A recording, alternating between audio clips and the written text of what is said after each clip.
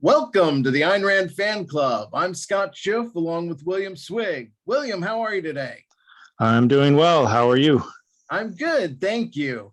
And I am very pleased to welcome my longtime friend, Allie Welch. She's a copywriter, an artist, and a fellow Ayn Rand fan. Allie, thank you for joining us today.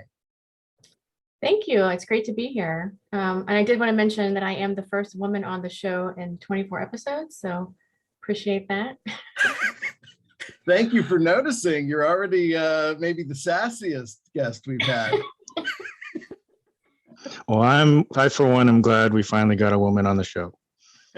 Yes, me too. Now, just I guess a little background. We went to the same high school, but we really didn't start, being friends until after. Can you, just for the audience sake, give us a little about your background and how you got interested in Ayn Rand? Yeah, sure. So it really started in my early college years. I guess just people were sort of talking about Ayn Rand from different angles. I kind of took some philosophy classes in college. I was in a religion ethics class, and there was an essay by her in that class. My sister had read Atlas Shrugged, so she's like, "Oh, you have to read this book," So she loaned it to me, and it was sitting on my table. Then I happened to meet someone else who was involved with the philosophy club or Objectivist club on campus, and then they were like, "Oh, you have to read this book." So I didn't actually start with Atlas Shrugged. I actually went to Philosophy Who Needs It for some reason. I read a lot of nonfiction, so I started there, and then I went through all her nonfiction. Then I read her fiction backwards. So I started with We the Living, then I read The Fountainhead, then I read Atlas Shrugged. So I don't know, I just kind of did it in reverse. But yeah, we were really involved with getting speakers on the campus at the time, trying to fight back against the PC culture, the multiculturalism that was going on there. And I met a lot of the ARI speakers that they came to campus. I think you and I went to one.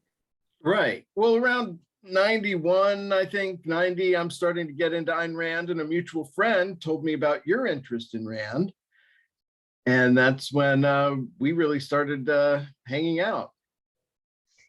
Yeah, and I think I just got more and more, I got more involved. I did attend an OCon, the ARI conferences. I sort of fell out of it, but I always kind of studied Ayn Rand on the side, I never really left her works. And I, would get involved back with clubs here and there, just to kind of study, maybe like a book or just have kind of a book club, more kind of setting. You said that you started with the nonfiction. What was it about her ideas that first appealed to you? Well, I was heavily steeped at the time in the leftist kind of ideology. Environmentalism was really big on the campus at the time. And I actually survived as a humanities major. So I was taking anthropology classes and taking, philosophy classes and survey classes for history. So I was really being influenced by the left at the time. But it kind of went against my core values that I always held for like individual liberty and freedom. So when I read her, and it was just, she just kind of set that philosophical framework. And I was sort of oriented to the primacy of existence framework, and then, understood the influence of Aristotle on history. And I like just that whole world just kind of opened up. And I like the objectivity of it. Yes.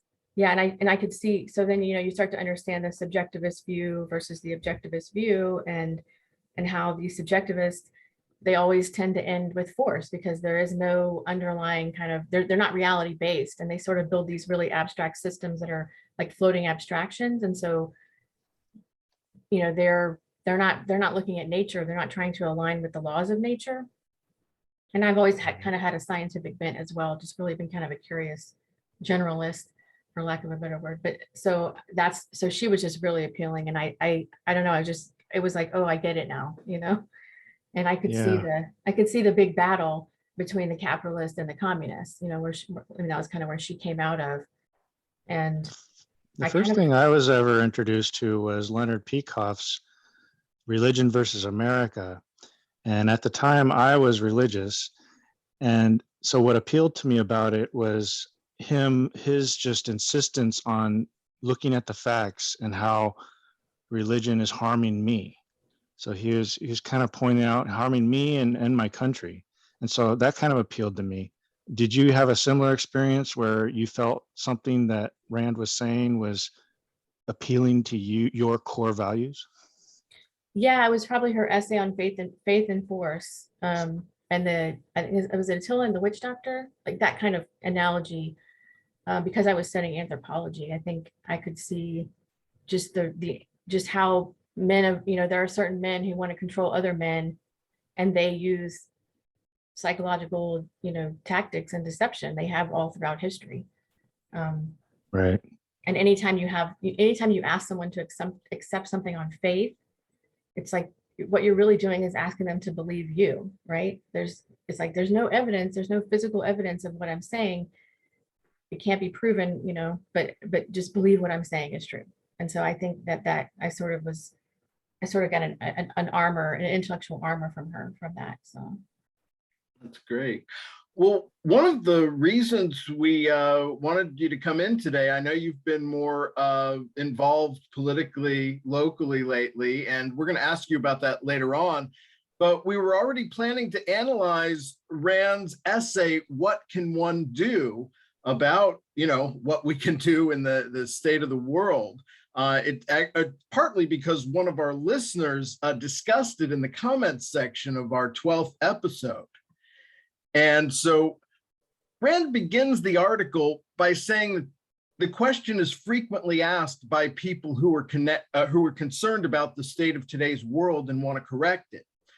She continues saying, more often than not, it is asked in a form which indicates the cause of their helplessness. What can one person do? Now, she wrote this in 1972, and back then people were very concerned about the state of the world. I mean, there was the Vietnam War, there were, the hippie protests, and Democrats were running leftist George McGovern for president. So my first issue is, do we think things have gotten better or worse since 1972? I think that it has gotten worse in the sense that there's more far left, professors in academia. I think the long march to the institutions is sort of not complete, but they want you to believe it's totally complete. And I think that we have more. I think I agree with Mark Levin. I think we're kind of at a crisis point with our particular country and saving like the constitutional republic that we have. I think there's a lot of people running roughshod over the Constitution. I think there's a lot of deception and psyop going on. And I think it caught a lot of people off guard because most people they don't want to think about politics. They just want to live their lives. So they're not really thinking about what's going on as kind of like an informational warfare. And they're sort of just trying to move along like everything is the same. But I think at this moment in time, I do think it's a little bit worse. I think that the global totalitarianism, the creeping fascism that Ayn Rand had always predicted, 40, 50 years ago, I think they never stopped since they were motivated by the neo-Marxists. They're very organized and coordinated in their effort to kind of get the collectivized state that they want, which means they have to destroy the free market and capitalism. So I think that you see that you're seeing a big effort right now, and it has gotten worse. Yeah, I think that's pretty much correct. I don't see much to disagree with there. I think we are experiencing creeping fascism, and it's coming from the democratic socialists or the left in general. It's now the question you asked, Scott, is a hard question to answer. It's very complex. You have to take into consideration all the aspects of our society and our civilization. So in some regards, this is a mixed bag. I think there are some good things happening, mostly from people concerned with liberty and individual rights. I think there's a large faction of us who are pushing the culture, like in one way, And then there's the left who are pushing it in another way. And then there's other groups trying to tug at us. But in general, there's this tug of war going on over the culture. So I think that there's some areas of the culture are improving and some are disintegrating. And the ones that are disintegrating are basically, in the institutional level. So you're seeing academia crumble, you're seeing and just become nonsense. And of course, our political leaders are just terrible. So, but in other regards, there's great businesses, there's great entrepreneurs, there's great thinkers. Technologically, maybe Right. things have gotten better. Yeah. And I think that's fair. I'm in the camp of thinking things have gotten worse, even, within the understanding that some things like technology have gotten better. Here's Yaron offering his take in 2016 before the election. This is Yaron Brook, chairman of the Ayn Rand Institute. This is horrific. It's never been this bad in America, and it's getting worse. So if things have gotten worse, which I think they have, more needs to be done. I mean, ultimately, if you're in, a life raft and it starts taking on water after a while, you need to actually start, rowing faster, taking the water out, or taking additional action. But Rand initially tries to tamp down people's unrealistic expectations about one person single-handedly changing the culture, pointing out that one doctor can't treat an epidemic, or that one person can't build a skyscraper single-handedly. Right. And I agree with that, though it is a very different tone from Rourke's courtroom speech defending what individuals are capable of, or even, calls for new intellectuals. I just think this essay has become one of her most quoted in terms of strategy. And it's a strategy I think is at least partially mistaken or outdated at the very least. Yeah, I think it was written in a particular context and time, and I think a lot of it's valid. I do think that one person can only do what they can do. Everybody's got their circle. They can influence to the best of their ability, as she said. And she talks about organizing. You can't start an intellectual movement by organizing, but I think the Marxists are pretty organized. I want to say something about what can one person do, because in some way it's an obvious answer, right? One person can only do so much. But what I think is missing here is the type of person. Like if you're an Ayn Rand, you can do a lot. She was one person who started a movement, and she wrote some great novels and came up with her philosophy, and she was a giant in terms of cultural impact. So it's not just that the generic one person can't do much. It's the quality of that person which is important, and I think that's missing from this debate. It's this quantity over quality aspect, which I think a lot of objectivists think we need a lot of intellectuals in order to, infuse academia with objectivism. But really, we need a couple Ayn Rands, and then we can start nudging society in the right direction.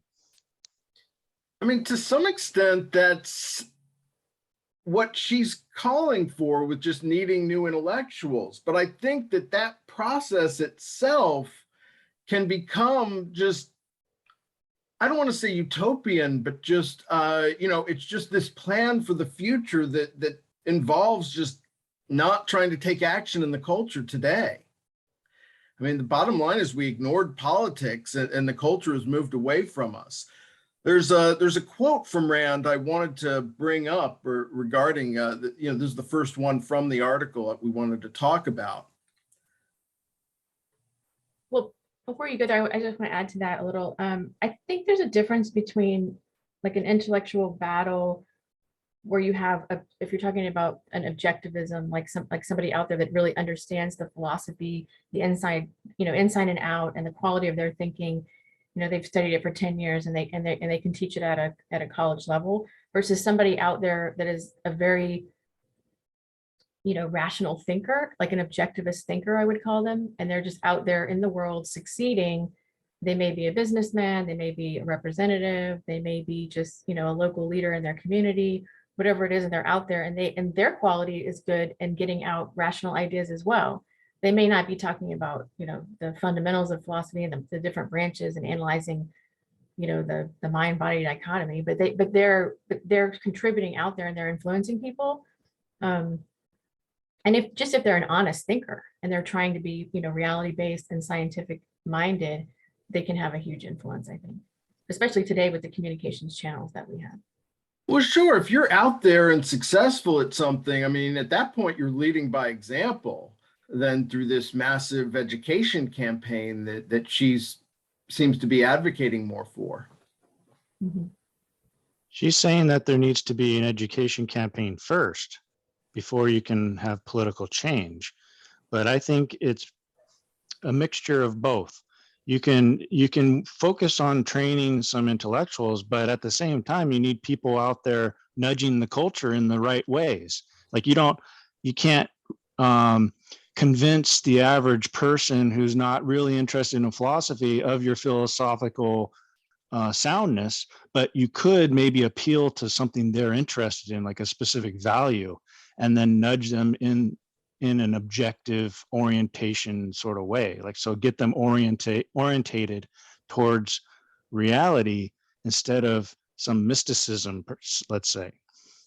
Sure. And these are, specific tactics to help persuade people to come over. And there are different tactics depending, they say people learn differently. Some people are visual, some people, need to hear it. And so, yes, we should almost individuate persuasion to the individual. Yeah, and groups too, like-minded groups. So if there's, let's say there's a group of truckers who don't like having to take the vaccine to cross the borders, you could actually give them some op-eds or advice, or send them some messages and try to influence their campaign. Moral support at the very least. Right. I think the left is very good at that, and they have been for a while. And when I say left, I think we should define that, because we're probably going to say that over and over. I consider anything on the left like totalitarian, or like moving in that direction on the political spectrum. So I would put, socialism, fascism, and communism on the left, and then I would put on the right, I would put the free market and capitalism. And I think the left has. Oh, I'm sorry. No, go ahead. I think the left has been very good at understanding what William just said, that you can influence people by putting out information. It can be false information. I think that they are really good at press agentry. They have been since they kind of understood it in World War I. I mean, it's kind of been used all throughout history. But when there's a kind of a revolution in communications, it tends to be the left that's trying to dominate people and trying to take over and control people and control the economy. They want to control public opinion. So they'll step in and they'll issue a press release or the Communist Manifesto, and they understand like the mass communications channels, and they understand psychological manipulation, because they're trying to control people. So they want people to think, oh, you have to listen to me. They want to scare people, and they use those kind of tactics, and they're good at it. And I think that the people on the right in the free market are just living their lives, and they don't think that way because they're not trying to control people. They're just trying to trade with people equally and start a business or raise their family or whatever. So they don't think in those kind of deceptive, manipulative tactics like the totalitarians do. So I think they have a head start in that sense. They really understand how to hack the human mind, and they understand like how to manipulate through advertising, and they understand that you had to control media and the media channels. And the revolution that's happened now is sort of, I think at the time in World War I, we were kind of, it was the telecommunications, the telegraph, the print, like mass, printing, newspapers. And now it's kind of we're in the digital era. So now it's like social media and those algorithms that can be kind of controlled to kind of feed you the information that it wants you to see. And I think they understand that too. Yeah, I mean, I just think this thing was written in 1972, and you're right. There have been, new ways to communicate since then. I mean, just regarding this idea that we have to wait to have the educational campaign. I mean, the founders hadn't written the Declaration of Independence when the Minutemen went to Lexington and Concord to head off the British attempting to destroy their military supplies. I mean, there are times that you have to take action without having the end game completely intellectually worked out yet. Yeah, and I don't think that the Revolutionary War, I mean when we were falling behind in 1776, we were, and I think Thomas Paine and all the writings that he did and getting that out there when he wrote, Common Sense, and I mean that had a huge influence on the people that were fighting against tyranny. I So think I it mean, depends on what your end game is. Like if you have an irrational goal, then you're never going to achieve it. So I think that a lot of objectivists want this Galt's Gulch utopian type of society, and that's the aim. It's like let's make the whole world objectivist. Well, I think that happens to be an irrational goal. I think the goal should be let's figure out what's correct about objectivism and then push those ideas and try to influence culture in an objective, proper, correct way. It's not just that we want to push objectivism on the culture and make an objectivist society. First, we got to be solid on what is true. What did Rand say that's actually true, and then argue and defend it. Yeah, but we don't even have full agreement among objectivists on that. Yeah, I mean, there's going to be divisions because people are going to interpret things different ways. But those who are pushing for the right ideas, they should make that their goal. But even if you think all of objectivism is correct, I don't think your goal should be let's make a utopian objectivist society, because that's, first of all, it can't be really your personal goal. You're not going to live to see it. Your goal should be to achieve something you can see in your lifetime.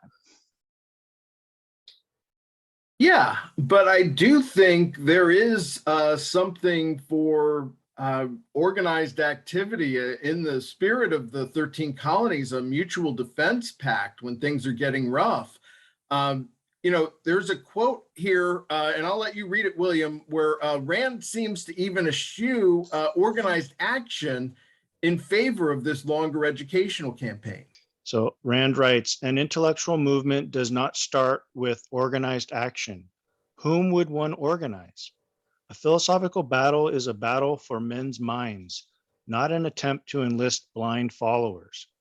Ideas can be propagated only by men who understand them. An organized movement has to be preceded by an educational campaign, which requires trained, self-trained teachers. Such training is the first requirement for being a doctor during an ideological epidemic, and the precondition of any attempt to change the world. on the one hand, I agree with parts of that. I'm thinking back to, are the ideas that you're trying to promote, are they rational or not, right? So I think people, like I look back at maybe the proselytizing of, like that Paul did, traveling around speaking, and he was one man, but he was very influential. And I Sure. think the Marxists are the same way. I think Karl Marx and Engels, I think their ideas are not grounded in reality, but they still are very successful in spreading them, and getting people to be swayed by them. From what I read, Marx had basically a cynical type of, whatever someone's problem was, they would just promise that in the revolution it would all be solved.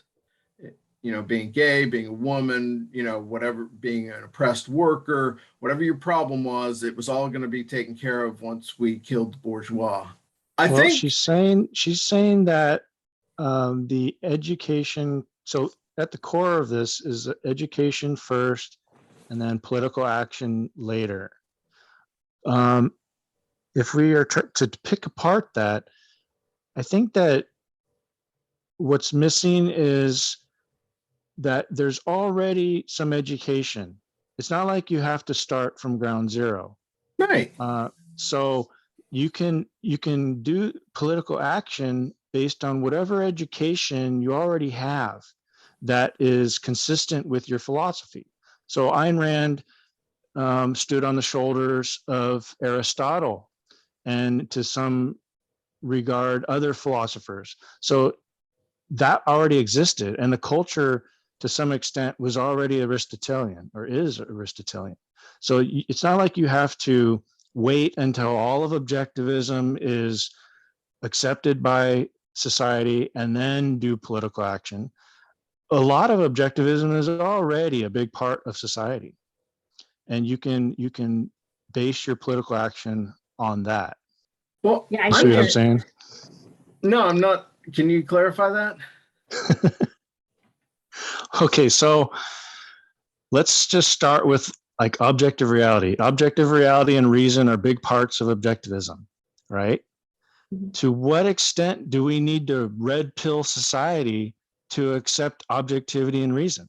You're Not a saying whole just lot. start with a smaller goal. I don't know how, you're just going to promote objectivity and reason. What does that I'm look saying like? we don't have to spin in circles teaching intellectuals to be objective and reasonable.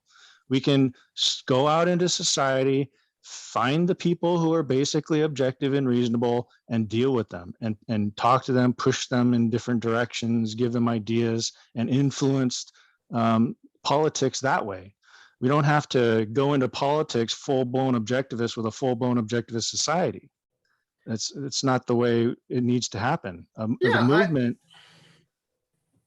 I Go agree with that. ahead. I think there's a lot of common ground that people have, even if they don't have the same fundamental beliefs or worldview. You can still find common ground in, ethics and politics. I think a lot of people want to be free. A lot of people don't. Like they might want to be told what to do. It's easier sometimes, but there are very, like, I think America especially has like this entrepreneurial spirit, and I think you see kind of this decentralization because of all the technology we have. People can be Uber drivers, and they can be, they can, whatever they can fit in, they can pursue their interests, and then they can also make money on the side. Like I think it's real flexible now because we have kind of a more of a gig economy, and I think people want to be free. So there's that common ground there. I think that makes sense. I'm just not ready to declare a ban on organized action as such while we prepare. I just, the woke left is done with their education process, and they're taking over cultural institutions and teaching our kids generation after generation. I mean, how much longer does the Ayn Rand Institute need for their educational project? And they're acting like it's day one, and they're just rebranding the Ayn Rand University for more OAC classes. And we're going to need more than that at this point. Yeah, we Okay. definitely have to counterpunch at this point, and we have to like they have been doing the think tanks and the foundation route and the nonprofit route for many, many years, like decades.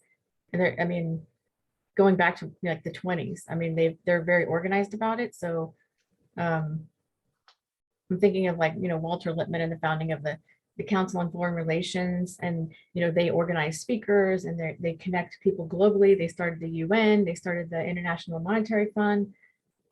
Like they have these massive projects because they want total control. So that's where they're marching toward, and that's the ideology that they put out there. So our ideology is, everybody needs to be able to be free to use their own mind, and everybody, we need to respect people's right to life, liberty, and pursuit of happiness. And I think we're in the majority on that game, which is why they have to use so much propaganda. But you have to realize that propaganda is there so that you can kind of break through it. Sure, I agree. I think that this attitude of just waiting for the educational campaign, it's really led to a type of rationalism within objectivism, namely living in the world of principles while avoiding the context of acting in the real world, bumps and all. I don't think it's a distinction between principles and action. It's whether you have the correct principles or the wrong principles. So I think it's a lot, in my view, some of ARI's problem is that they're too focused on just spreading what Ayn Rand said. And they're not focused on critiquing the ideas, comparing them with reality, and figuring out what's right and wrong, and then pushing the right ideas. They're mostly just they think they're an educational institution and they're just teaching a philosophy. And then that is going to affect cultural change. But that's just like if you had a college course on Aristotle's philosophy. That's not really going to affect cultural change unless everything Aristotle said was correct. So I think if ARI really wants to be the force of cultural change, they need to really accept the dissidents and critics who are pointing out at least potential flaws in objectivism and trying to find fixes. Well, that would be a good strategy if they would adopt it. Just to push back a little bit on the rationalism issue, I have this clip of Yaron talking about rationalism within objectivism. Almost all young objectivists, I might even say all young objectivists, are rationalist. I don't know how you avoid it. So at the point that all young rationalists go through some form of rationalism, it's worth asking if maybe there's something in the ideas that's causing that, or at least the presentation. And I trace it back to this essay.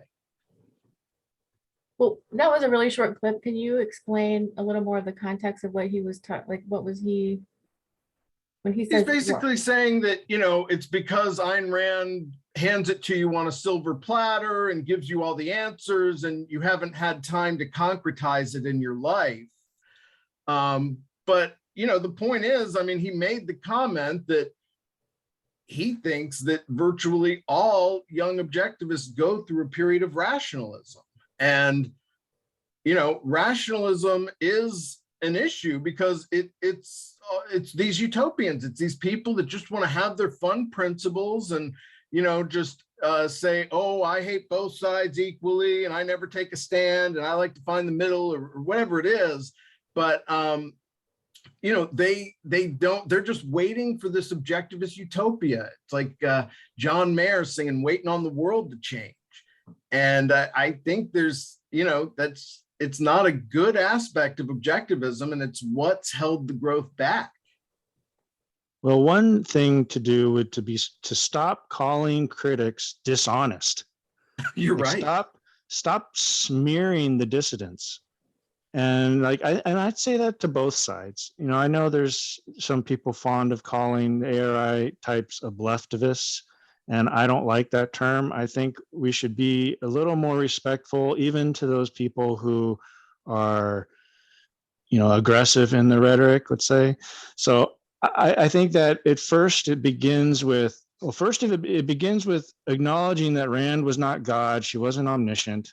And to maybe teach the younglings, what were her mistakes, and to begin with criticizing Rand, teaching people to critically examine her views and try to discover whether or not they correspond with reality. The last guy that tried to do that there was David Kelly, I think. Probably. There may have been some others before him, maybe Nathaniel Brandon, but you can make an argument for many people getting kicked out of the movement who were kicked out mostly because of their personality disagreements. Yeah, I think that's true. And I think not only is it personality agreements, but they couch it in moral terms. So it's like, aha, you've done some breach of morality, or when you're saying you're dishonest, that's what they mean. It's a way of cutting themselves from you. You're dishonest, therefore I no longer have to respond to you. I think after Peikoff, we're going to have a period of no leadership, and that will be a good thing because there won't be an authority to point to, And people will all have to become their own authorities again and have to decide for themselves whether Rand was correct. It's a nice concept, but I mean, Peikoff did just leave the rights to Rand's writings to the Ayn Rand Institute. Right. But there's no, Rand designated him as her legal heir and nobody else. So after he's gone, it'll be nobody. I think there's a good intention that they have not to have someone come on the scene that takes it over and changes some fundamental view that, you know, that is true. And then they present that as her philosophy, and it sort of waters it down, or, you know, destroys it. But I think they kind of lean toward orthodoxy when they accept every idea that she ever wrote. Because I think a lot of her ideas, like, yes, there's a fundamental framework. And then there's, you know, you have to kind of build up on the concepts. But I think when you're getting into commentary and cultural commentary, and new facts are coming into, you know, into your purview, like, I mean, about neuroscience or psychology or the field of genetics or whatever it is, like, you have to expand and grow. And an intellectual movement needs original ideas. Like, they need that.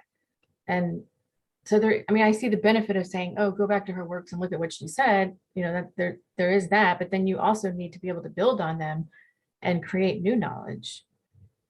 Right. I agree.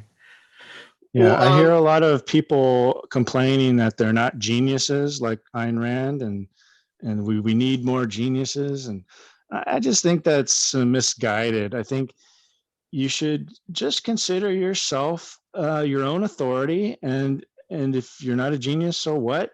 Try to become very knowledgeable. Ayn Rand already gave you a good start, and you should be ahead of her, because she gave you like all of her philosophy. And if you're not ahead of her by this point, and let's say you're in your 60s or 70s and you're not coming up with your own theories or whatever, well, you need to start critically examining your own philosophy, and, you know, what you have correct and what you have wrong. And right. Knowledge builds on itself. We should be getting better. And Yeah. politics is a branch of philosophy. So I would say someone out there that just doesn't want to even be that, you know, they don't want to dive into philosophy so much, they can just go and read early American history and the letters of, you know, Thomas Jefferson and Madison, and they can read the Constitution and educate yourself that way. So I mean, those principles are, you know, they're awesome. They're reality based. I think they recognize that we need to be free from tyranny, and that's a good place to start if you just Sure. want to, get into political philosophy. Well, in this next quote, William, I know you took particular issue with this one. So this is what I call the social ballast quote. She writes, "There are also a great many men who are indifferent to ideas and to anything beyond the concrete bound range of the immediate moment. Such men accept subconsciously whatever is offered by the culture of their time and swing blindly with any chance current. They are merely social ballast, be they day laborers or company presidents, and by their own choice, irrelevant to the fate of the world." So I take issue with this analogy of comparing, people who are not interested in intellectual matters to the ballast that you find in a ship. So first of all, the ballast is not, it's not people. The ballast doesn't have a consciousness. It doesn't make choices like humans do. So I consider it a false analogy, and it's quite unfortunate that she used this analogy, because it makes you consider these people she's talking about to be, like she said, irrelevant to the movement or to change in general, which I think is not true, because people make choices and they form groups based on their values.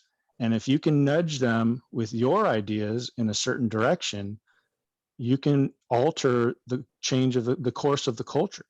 So it's basically the fact that these people have ideas of their own and values of their own, and they're just not mindless robots that take orders. They have to decide who they're going to follow. And if you can sway a large enough group to your direction and get them moving in your direction, then you can have a bit greater effect on cultural change.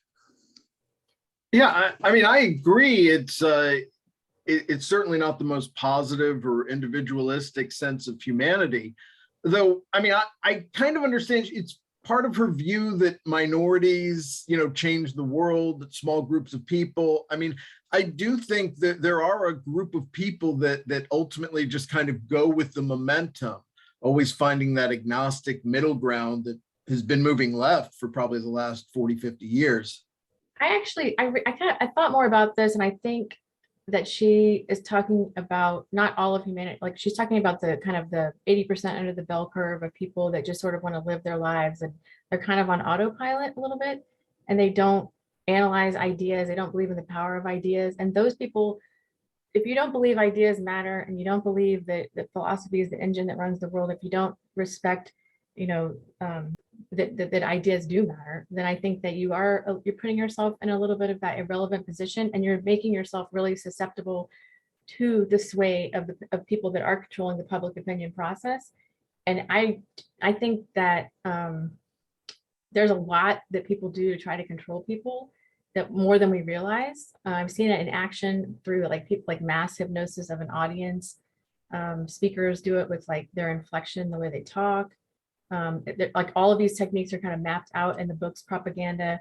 Walter Lippmann wrote one in 1922 or 1921, I think. And then Edward Bernays, the father of PR, which, I mean, he was the father of PR only because he said so. He wrote it in his obituary, but he was the double nephew of Sigmund Freud.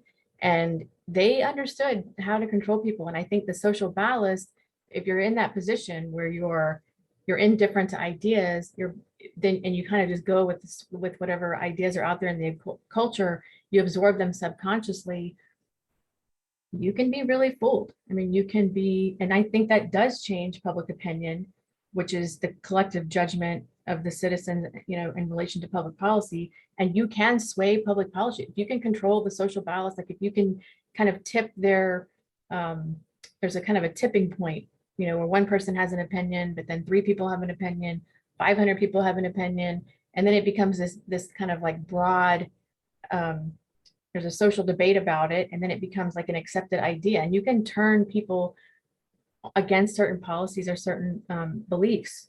And when you do that, you can motivate them to act, because people act on what they believe. So I think that the people that are trying to control people are always aware of this public opinion process, and they're always trying to manipulate it. And I don't think, maybe Ayn Rand she didn't think about it in terms of public opinion process, but I think she's right when she talks about the kind of, you're indifferent to ideas, and so you kind of absorb everything passively. And I think Walter Lippmann, he called it the bewildered herd. So it's that same idea that the masses are kind of out there, and if they don't consciously choose their ideas and they don't think critically, they can be fooled. I think I have a basic disagreement, because what she's saying is that there's a majority of people who are indifferent to ideas, and she says, and to anything beyond the concrete bound range of the immediate moment. And she's basically saying that most of humanity are animals. It's they're just irrational animals. It's not an on-off switch. It's a scale. So the definition of human can't be rational animal then, because nobody's using the rational faculty. So my point is that there is a fundamental objectivity and rationality that almost every human utilizes just to survive. And that's how humans survive. And that's what we need to appeal to. And most people aren't this social ballast. They're not just unthinking, cargo in a ship or whatever they use for ballast in a ship, sand. That's not what people are. People are thinking people. They are concerned with ideas that affect their lives. So they don't have to be concerned with, great lofty ideas coming out of academia, but they can be concerned with basic common sense philosophy. And most people do. They're like, oh, should I cross the street when there's cars coming or not? I mean, they make choices based on their values and their principles. And that's what we can appeal to. And so it doesn't have to be a manipulative effort like the left. They have to manipulate you into accepting their ideas because their ideas are crap. We can appeal to ideas that are sound and logical and reasonable and appeal to the people's common sense. I mean, I hear what you're saying. I agree. I think that it fluctuates over time. I think you might have more people that are engaged critically in what's going on, with ideas in the culture at different times for different reasons, like when there's pressure from the outside, a war going on, things like that. I think people can be motivated. Don't want to be canceled. Right, when you feel like you have to defend your rights and you're threatened. But I think there is this kind of survival mode that people are just sort of day to day. They don't, like, I've tried to have conversations with people and they just don't, they shut me down. They don't want to talk about ideas. They just don't, there's a resistance.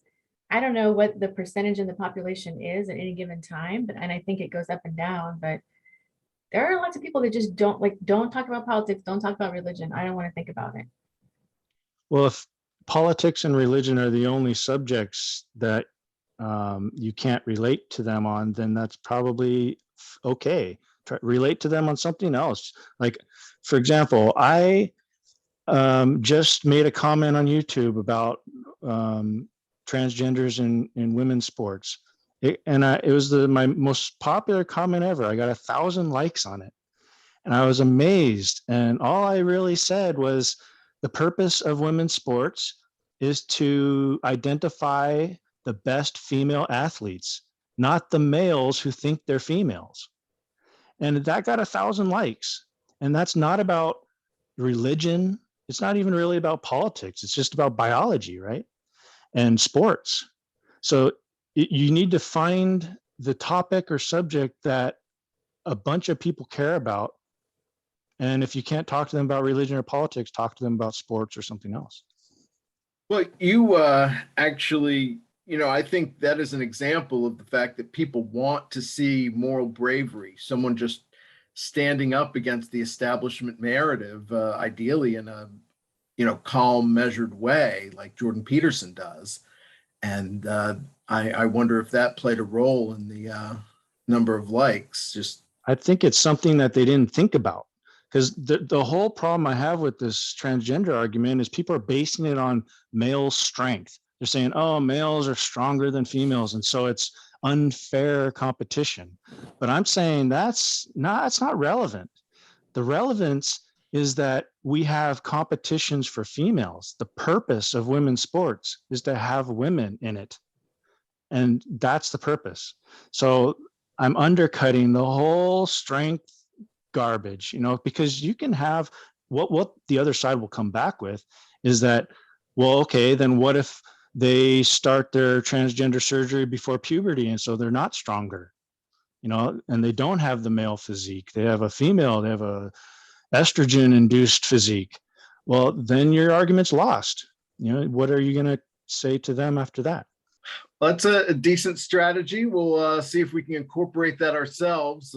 Well, that's another example of people trying to sway public opinion on something, just like you create a debate and conversation around it, and then you put your ideas out there, and then people can decide. I think we don't have enough debate. It's presented as just, this is the way it needs to be. And they don't allow people to say anything on the other side, or they get canceled if they do. Right. I mean, some people would call his comment transphobic. Oh, right. Yeah, plenty of people do. But I don't let that bother me. As long as YouTube lets it remain up there, what do I care? We'll see what happens if you get more famous. No, just before we leave the social ballast, I do want to say, I think that anyone can, at any given time, it's never too late to realize that ideas matter, and to step out of, and to wanting to focus and educate yourself. Like, I don't think it's meant to say that people don't have free will. They do. It's just, I think it's a very, like, people exercise that. They can be kind of on autopilot, but they can choose not to be, and they can choose to be really mindful. Fair distinction. Now, this quote is the one that I have the biggest issue with that Ayn Rand gives in this article, and we'll put that up here now. Ayn Rand says, above all, do not join the wrong ideological groups or movements in order to, quote, do something. For example, the Conservative Party that subordinates reason to faith and substitutes theocracy for capitalism, or the libertarian hippies who subordinate reason to whim and substitute anarchism for capitalism. To join such groups means to reverse the philosophical hierarchy and to sell out fundamental principles for the sake of some superficial political action, which is bound to fail. It means that you help the defeat of your ideas and the victory of your enemies. So maybe I learned it from Rand, or maybe it's part of an aspect of my personality that got me into objectivism in the first place. But ultimately, no one tells me which groups to associate with. I mean, if I'm being completely honest, I see this as somewhat of an attempt to thwart intellectual or political competition. She was older at this point. It's 4 years after the Brandon split. The Nathaniel Brandon Institute fell apart. And, I can understand her being disillusioned on some level. At the same time, John Hospers was running for president on the newly formed Libertarian Party ticket, with not everyone in objectivism getting the memo that she and Hospers had parted on bad terms. And many people saw libertarianism as something to join for her fans, the kind of the political expression of objectivism. And I think she was also likely concerned about her fans becoming politically conservative post Goldwater, and basically Buckley was still rising in the movement. And I understand her anger about Buckley, I really do. But I think it does color these exhortations not to mix with other seemingly like-minded groups. I just think the interpretation of this piece became part of an early excuse even for kicking David Kelly out of ARI, because he spoke to libertarians. And, this bound to fail, I don't know, that I'm sorry that her endeavors to unite with others didn't work out for whichever reasons, but bound to fail has undertones of determinism to it. Yeah, I don't know why it would be bound to fail when clearly some false principles have succeeded and caused great destruction during wars and things like that. So it's a bit of a mystery what she's saying here. But what do you make of her position that you're selling out your or you're reversing the philosophical hierarchy? Do you think that that's actually true? Are you just because you want you're joining a group to achieve some political goal, even though you disagree on some fundamental principles? Are you selling out those fundamental principles because of that? I mean, what does it mean to have a philosophical hierarchy? That's in terms of learning the philosophy, maybe, but in terms of, just because she thinks you have to start with the education process and do metaphysics and epistemology first, I say you start with the people that you have something in common with in the first place, build on whatever political things you can agree on. And then, as you're fighting together or, working on something together, then at the same time, they're trying to convert us, we're trying to convert them. Yeah, I think you can find common ground with a lot of people of diverse philosophical backgrounds and different beliefs. And as long as you don't want to join an ideological movement that is antithetical to what your beliefs are, and you don't want to end up promoting bad ideas.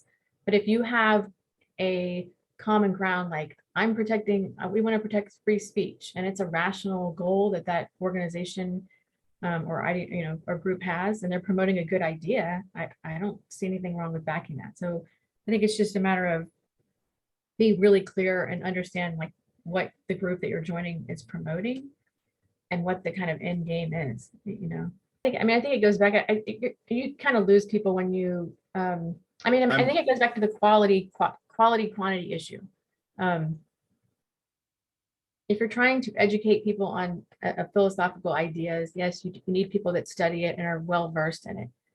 If you're trying to sway public opinion on something, there's all kinds of groups that you could join that would help move it in the direction of more freedom. What if a large segment of the public already has your political view, like the generalized version of it, but you disagree on how to get to that political view, like faith versus reason? So let's say you think you have a logical argument for individual rights, and then the religious conservatives have this mystical argument for individual rights. And so you might differ on what those rights are. But then in general, you have an agreement on free speech, let's say, and then there's disagreements within free speech. So how do you deal with that mixture of, bases for the beliefs and then the beliefs themselves? Well, I think that kind of is how we got here. I mean, there were, people like Thomas Paine that wasn't religious, and then there were founders that were, deists to very religious Christians. And over time, I mean, even if we had different reasons for getting there because things were free or getting freer for a while, it just, there wasn't as much impetus to change things. But, it's the socialists who, basically brought up the oppression ideology and, the creating this new kind of secular religion of the meek shall inherit the earth through socialism. That, to them, they had passion because it wasn't the society they had. And they may mix with all other types like anarchists or, whoever's fascist in some cases, and just to try to tear down the existing system, because the system as it exists is what's so terrible to them. And now that it's getting bad again, now it's us and the Christians, have more of a reason to fight together, I think. I think of it as like, the common ground is, the constitutional republic, and it's the Bill of Rights that people understand. And there is this implicit separation between church and state that even people that maybe are more religious, they can respect that. So they can understand that the First Amendment is the freedom of religion, protects that. So they understand there's all kinds of religions that people have in different worldviews, and you can't have that. You can't have a law that supports any one group. I think when you join a group for a purpose, and it doesn't have to be the political goal of that group. It could just be that you're trying to influence them at some level. I think what Rand is saying is that you shouldn't join a group or movement if they have, these undefined, generalized political goals that you disagree with, or something that you disagree with in their fundamental principles. But does that have to be your purpose for joining a group?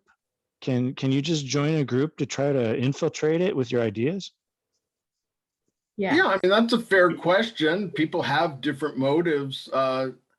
Some people are trying to infiltrate groups to move to the left. But to be fair to Rand, she does permit ad hoc activity, some of what you're talking about. And let's go to that slide. The only groups one may properly join today are ad hoc committees. For example, groups organized to achieve a single, specific, clearly defined goal on which men of differing views can agree. In such cases, no one may attempt to ascribe his views to the entire membership or to use the group to serve some hidden ideological purpose, and this has to be watched very, very vigilantly. So this part I mostly agree with. I actually Googled ad hoc. The first definition was when necessary or needed. But guess what, folks? It's now needed. I absolutely agree with that. Yeah, I think it's now. I think it's time. Yeah. Even the second definition, created or done for a particular purpose as necessary. So here, what she says, it's not inconsistent with creating like a broad anti-woke coalition. I mean, groups organized to achieve a single, specific, clearly defined goal, like countering the woke march through the institutions. I mean, we'll have no one trying to ascribe their views to the entire membership, but instead it's open to objectivists, libertarians, conservatives, even good liberals like Barry Weiss or Brett and Eric Weinstein. But objectivists have spent so much time telling people who they can't unite with that I'm not even sure that they have enough practice at it if they want to. I mean, we had on tape a few episodes ago, Yaron saying they couldn't even think of ideas to work with other liberty groups on. I think part of the answer is using a forum like Freedom Fest to attempt the impossible, to get liberty movement people to agree on single issues to get behind together. You know, let the contentious debate happen where they're saying you're not a real objectivist, you're not a real libertarian, and see if we can't hash out language for policy changes that we can all go back and push for individually and collaboratively and in a coordinated way. And like I said, as you're working on these issues, that's when liberty movement rapport can bring more people to appreciate objectivism and what it has to offer, especially as they're seeing them actually do things, not just having these OAC classes. Yeah, that'd be interesting to have a bunch of ideas for ad hoc movements and, maybe protests or something designed to get some specific goal achieved that we all can agree on. But we'd have to define what that is. So what is that? What should we do? We can come in with our own proposals and ideas, but the bottom line is if you want to truly unite with people and consider them, equal individuals and not just social ballast, we can't just have the agenda set. We have to have that debate and hear what's most important to them and what we, go back about which we can't accept and hash it all out. Yeah. Well, here's my ad hoc committee is we need to remove Biden from office. So let's all join the Republicans and vote against the Democrats. Well, that segues into the conversation about the precinct strategy I was gonna mention, but I think just to step back a little bit about what you said, when is it okay to kind of infiltrate a group? Infiltrate's kind of like a loaded word, but I mean, I think a lot of the institutions that are out there and a lot of these we've built this giant administrative state, right? That has a lot of control over our lives. And it's down to the local level. And I think when you realize, I'm thinking of education in particular, when it's so corrupt and it's just so taken over by somebody else that's pushing their ideology with CRT or, they're controlling the curriculum and it's no longer just facts and knowledge that they're teaching. Now they're teaching about, environmentalism and all this ideology that they want to push. Then I think you have a duty, or not, I won't say duty, but you need to step up and defend liberty and kind of go into those movements and see what's going on and examine them and, push back on their irrationalism and say, I, as a parent, I don't want you indoctrinating my child, and maybe you have to homeschool, but maybe you join the school board and maybe you join an ad hoc committee that's trying to get someone elected to the school board that has, rational ideas. So, and I totally agree. I think there's a good site out there. It's legalinsurrection.com. And then it's kind of that idea that you operate within the legal bounds of this, of our society. We still have a civil society. We can hold on to it. And you do what you can to tip the balance toward the Freedom Caucus or the more rational thinkers in the society. And there's an idea called the precinct strategy. It's precinctstrategy.com. And it is just what you said. It's going into the Republican Party. It's not don't waste your time. You can spend millions creating a third party. And I think the libertarians have had a hard time doing that. Right. And the left has taken over the Democratic Party. They've pushed it further left. So now it's like Democratic Socialists pretty much. So now we only go into the Republican Party and reform it and say they already have structures around, the country and they operate in every county. They're on every, they have the infrastructure in place. And I think I'm seeing as I'm getting more involved in that level, it's people are fired up. People That's are, great. and you could, Yeah, they want to defend the Constitution is what they're really fired up about.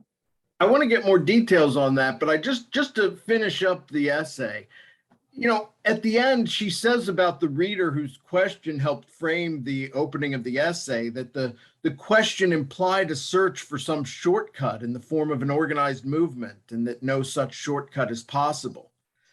To me, it's not even about a shortcut anymore. It's the mutual defense pact for survival. And then at the very end, Rand asks if there's still time and says no one can tell, but then goes on to say that time is on our side because we have reason and reality on our side. I mean, I'm not sure you can say time is on our side, and we also don't know if there's not enough time to fix things. MacArthur said almost every military failure can be summed up as not in time. And so, Rand's is a nice sentiment about time being on our side, but we all agree that things have gotten worse. Why haven't reason and reality been on the side of the Ayn Rand Institute in that time? Well, it's a matter of the way you frame your rhetoric and how you're appealing to people. There is a very smear campaignish type of style to ARI. If they don't like you, they don't like Jordan Peterson, so he's dangerous. They don't like David Kelly, so he's a dishonest person. The way you frame your rhetoric matters, and decent people who see that from the outside and they see you calling each other names and smearing each other, that's going to have some effect on them. I mean, it's to some extent every movement starts calling each other names, but it does have an effect. So I think there's some value in being the adult in the room and recognizing when you don't need to call people names and just, give your position and let other people decide, who they agree with. And that would be a better rhetorical approach, I think, to trying to move the culture in a particular way. Just come out with like super crystal clear positions that are not personal attacks against people. I will forward this episode to them that they may learn from your suggestions. Okay. Well, I think as a contextual thing too, I think at the time, I mean, there might have been more time. But I think I'm of the mind lately that you do need shortcuts, because I think the other side has been, coordinated and organizing and funded for so long, and over the decades. And it has reached a point where institutions are rotted from within. So I think you have to create alternatives. You have to boycott the rotten institutions, and you have to set up new ones that you can operate freely in. Yeah, I mean, even the whole art of boycotting can be complicated. But Allie, and I want to thank you so much for joining us, but in the time that we have left, I know you talked a little bit about precinct strategy and the energy. Can you tell us a little bit about how you've been trying to get involved locally and what one can do? Yeah, I mean, I think there's lots of things that one can do. I think I'm starting to see more and more essays about that, and people are putting out lists. And, if you go to certain websites where you, defendingtherepublic.org, I think it is, there's like a take action list. And then, Mark Levin, he has a whole chapter on what you can do to take action, and he kind of walks through everything. But one of the most compelling ideas I've heard is that precinct strategy. It's precinctstrategy.com. It was created or co-founded, I think, by Dan Schultz. I don't really know anything much about him, but he's basically saying, get involved in local politics. So it's civics 101. It's what you learned in, middle school and high school. And that there are these openings all across the GOP of voting members that you can go and become a voting member. Of course, you have to join the party and be a member for a certain length of time, but maybe if you already are, you can go in. And I see people, they're really activating around this. And I think it's kind of shocking the left a little bit, because if you become a precinct committeeman or committee woman, you can actually, I mean, you basically like can vet the candidates, and you can send resolutions to your legislature, and you can sort of have that, you can step in and defend and affect policy. So I think there's a lot of vacancies, and the way it's broken down in different states in different ways, but you can look at your state rules, and most of them organize around counties. You can find your county meeting and go to the county meeting and just see who's there.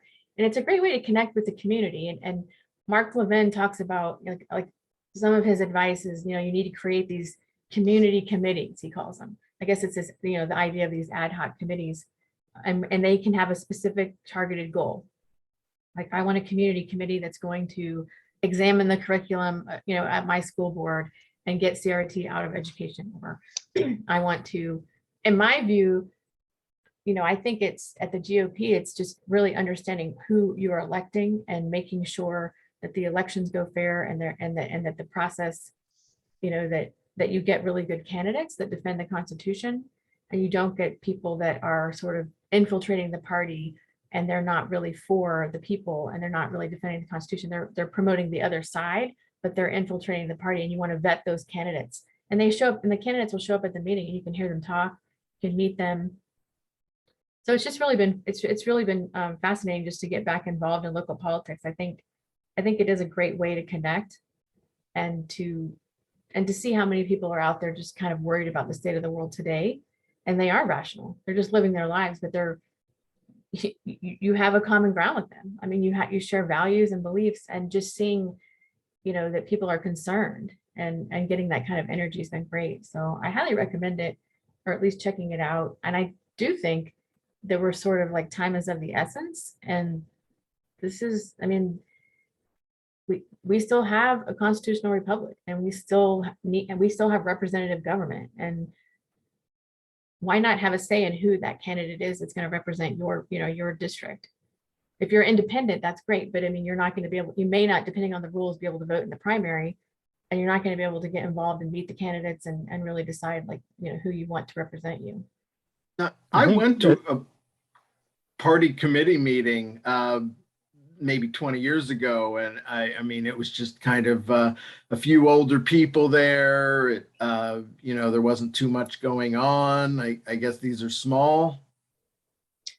Well, the last one I went to was about 100 people, and I went to them before when it was the Tea Party movement was starting, and there was really a lot of energy at the time of the Tea Party, and there was the backlash against the bank bailouts, and people were kind of energized at that time. But yeah, you're right. I think it tends to be older people that are just kind of civic minded, but lately it's been people standing up and saying, they're attacking the Bill of Rights, and and it's getting really, they see the urgency. And I think most people that I meet, at least that are there, everybody understands, like, don't listen to propaganda, don't listen to the mainstream media. Like, they're all sort of, they're waking up, and they're trying to save the republic, is the way I look at it. And you can say, oh, it's an ideological movement. There are conservatives, definitely. But I think they have that respect for freedom of religion, and nobody, you don't, like, it's all backgrounds, all ethnic backgrounds, all, it's just people that are coming together to say, we love liberty. We don't want to be, we don't want state controlled economy. We don't want state controlled ethics. We don't want mob rule. We want the police. We respect the police. We know that they're necessary for civil society. So, there's a lot. I think it's the majority. I think the other side, that's another psyop they do. They try to make you think that their side is the dominant one. But I don't think they are. So I'm very hopeful and optimistic.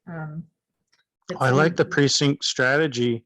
It sounds like the grassroots effort.